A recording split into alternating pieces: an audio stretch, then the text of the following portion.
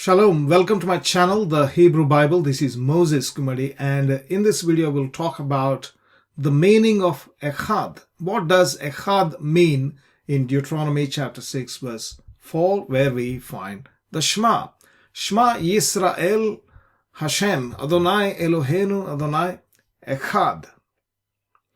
So this is the fundamental statement of faith of the children of Israel, of the Tanach. Hashem Ehad, Adonai Ehad, or YHVH Ehad. So, what does Ehad mean? Ehad is actually united whole.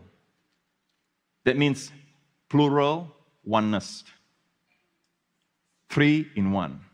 Well, he says compound unity, but actually Ehad really means a cardinal number one. Cardinal number one. Why? Because in Hebrew grammar, you have cardinal numbers and then you have ordinal numbers. Okay? Cardinal numbers are 1, 2, 3, 4, 5, 6, etc. And the ordinal numbers are first, second, third, fourth, fifth, etc. And both of these come into the category of adjectives, and Ehad is the masculine absolute of the cardinal number one. If it is in the construct, that is, if it is followed by another noun to which it refers to one of, etc., it is Ahad. Slightly the vowels are changed. If it is in the feminine, then it is Achat, also in the construct Achat. Okay? So, Shanaim, Shalosh, Arba, Hamesh, Shesh, etc., all these are cardinal numbers. One Ehad is actually one cardinal number. Similarly, we have ordinal numbers.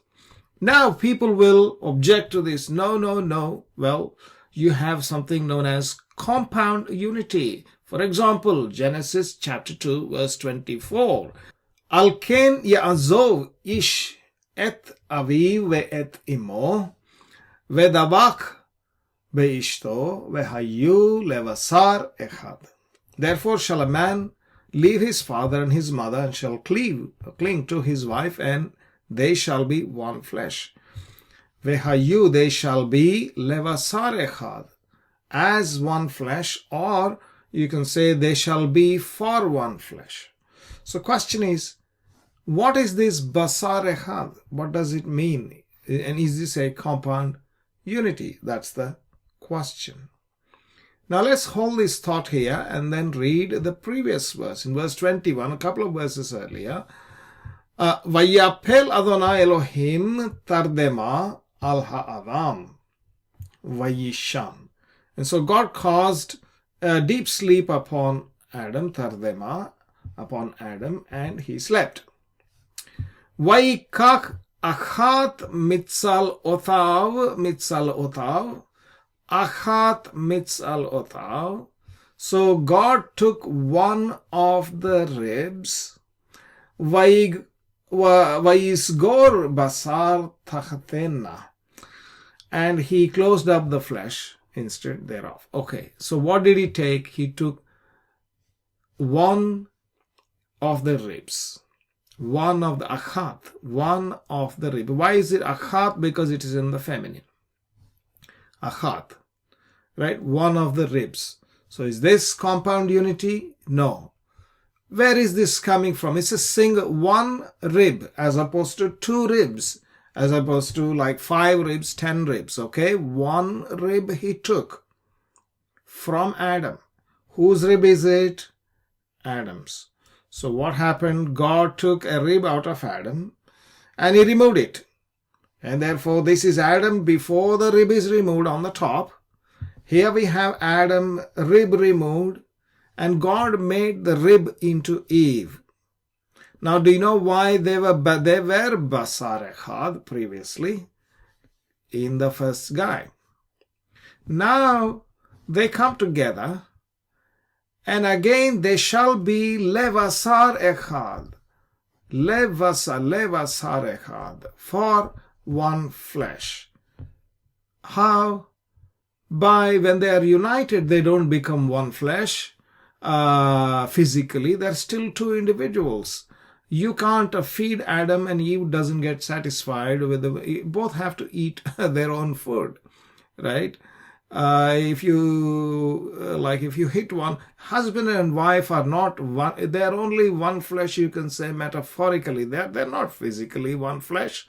Even in the intimate circumstances, really not one flesh. You can probably define that for maybe 10 minutes, whatever, right? But they are not physically one flesh. But what is one flesh is their offspring. The offspring that is born inherits both the properties of both of his parents, and this one flesh, right, contains both. That is how they become one flesh. It says in that verse, therefore shall a man shall leave his father and mother. Therefore shall leave his father and mother, right, and cleave to his wife. Why is the father and mother mentioned? Because of this context, Basar Ehad. Oh, what about Abel then? Well, Cain is one Basar Ehad, Abel is another Basar Ehad. Basar Ehad means one flesh. We had one rib, right? One rib, and that doesn't mean Adam had only one rib, multiple rib, but each rib is one rib. So Cain is Basar Ehad, Abel is another Basar Ehad. That's what Basar Ehad means. It doesn't mean compound unity. It means really one. Basar Ehad doesn't refer to they together. It refers to the child. So then we come to the Deuteronomy. What does it mean? Shema Yisrael, Hashem Eloheinu, Hashem Ehad. Hashem is one. Not compound unity, but one. Unity, properly. Unity as in one, meaning cardinal number one. Not two, not three, not 10, not 1,000. One. That's the meaning. One what? So you ask them, number one, when you say God is one what exactly? They're assuming, here's the assumption, God is one person, and say, prove it. Prove it. Show me where it says God is one person. Yes, God is one. There's no denying it. But what is he exactly when we say he's one? One person, one being, one essence. What exactly do you mean? Because saying one doesn't mean anything. One what? Well, I'll give you the one what, the answer for one what. In the same book of Deuteronomy where Shema is introduced, if you go to the previous chapter, the 10 commandments were given. Okay? And here we read in verse 6 and 7 in chapter 5 of Deuteronomy Devarim, the Lord says, Anochi Hashem Adonai YHWH Elohecha Asher hotzeticha me'eretz Mitzrayim mibeit avadim lo yihelecha Elohim acherim al panai. So he asked the question, one what? Well, one Hashem. Hashem is one. Hashem Ehad. Okay, one what? One Hashem. Is one Hashem a person? Yes. Why?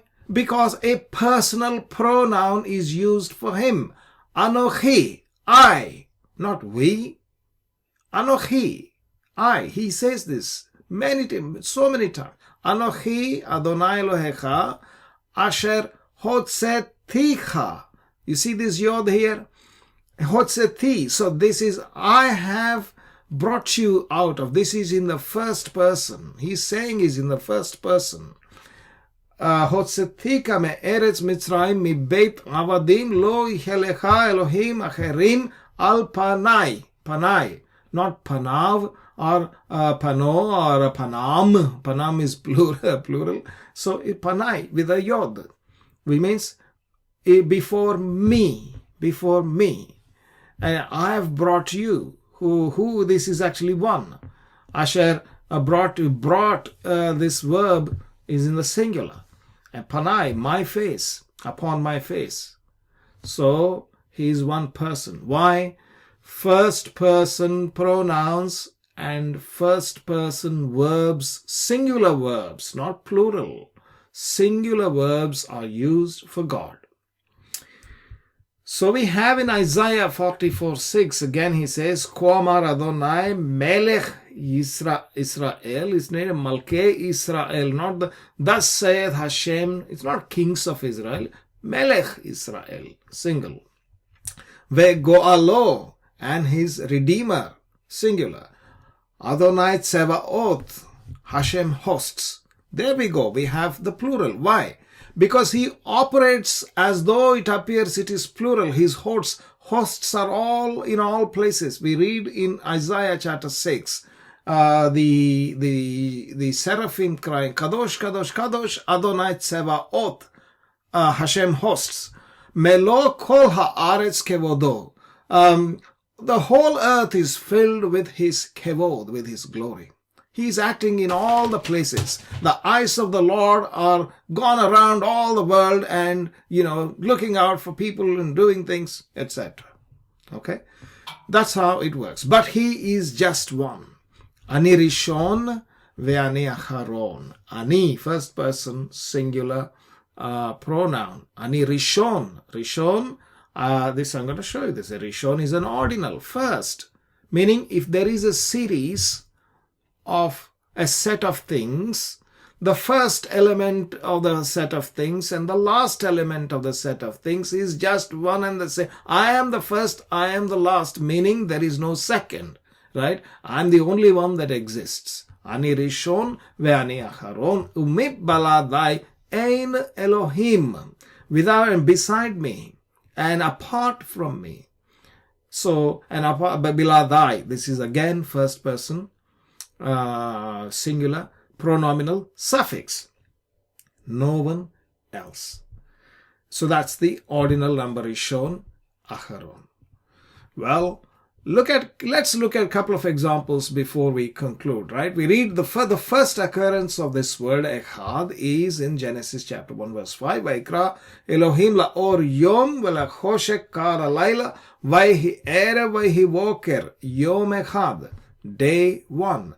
Yeah, Basar Ehad, what is it? Is compound unity. Then what is Yom Ehad? Yom Ehad is day 1, first day. Or not first day, actually, day 1, Yom Ehad. Let's look at this in verse 9. Vayomer Elohim yikavu hamayim mitachat hashamayim el makom Ehad. And God said, let all the waters under the heavens, mitachat hashamayim, El makom Ehad, right? So let them be gathered together. Ikavu, where makom Ehad, to one place. So is that a compound unity? One place? Not at all. Okay. Now let's look at another important one as applied to God. Halo au Ehad lechulanu. Do we not all have one Father? Who is this referring to? To God. One for Au Ehad. Halo El Ehad Bera'anu. Has not one God created us? El is singular. It's not even Elohim is not used here. El is used. Halo. Has not El Ehad, one God, Bera'anu, created us? So, how many fathers do we have? One, or meaning Heavenly Father, the one who created us. Au Ehad, El Ehad. How many fathers? Your scientists created mice apparently with the 2 fathers. And technically it seems it is possible to create, to conceive a child could be born with 2 fathers if 2 different zygotes merge together and become one chimera, whatever they call it. It's possible in human case. I don't know if there are medical cases, but the question is, well, the point is the scientists have tried and got it like this. But is this how it is? Au Ehad? Absolutely not. El Ehad, one. If you make it a compound unity, you are basically doing this. Okay? This is idolatry. Okay, idolatry. I used to believe this before because I was brought up with that faith and we held it to it very tightly. Reading the Hebrew Bible and studying the Hebrew grammar has gotten me out of that mess. Shema Yisrael Adonai Eloheinu Adonai Ehad. One Hashem. Singular, unitary, Unitarian God. Okay? There is no compound unity. He is one. Thank you for watching. Please do like my video, subscribe to my channel, click the bell icon, and also comment below. And I will see you again with another video as soon as I can. Thank you very much.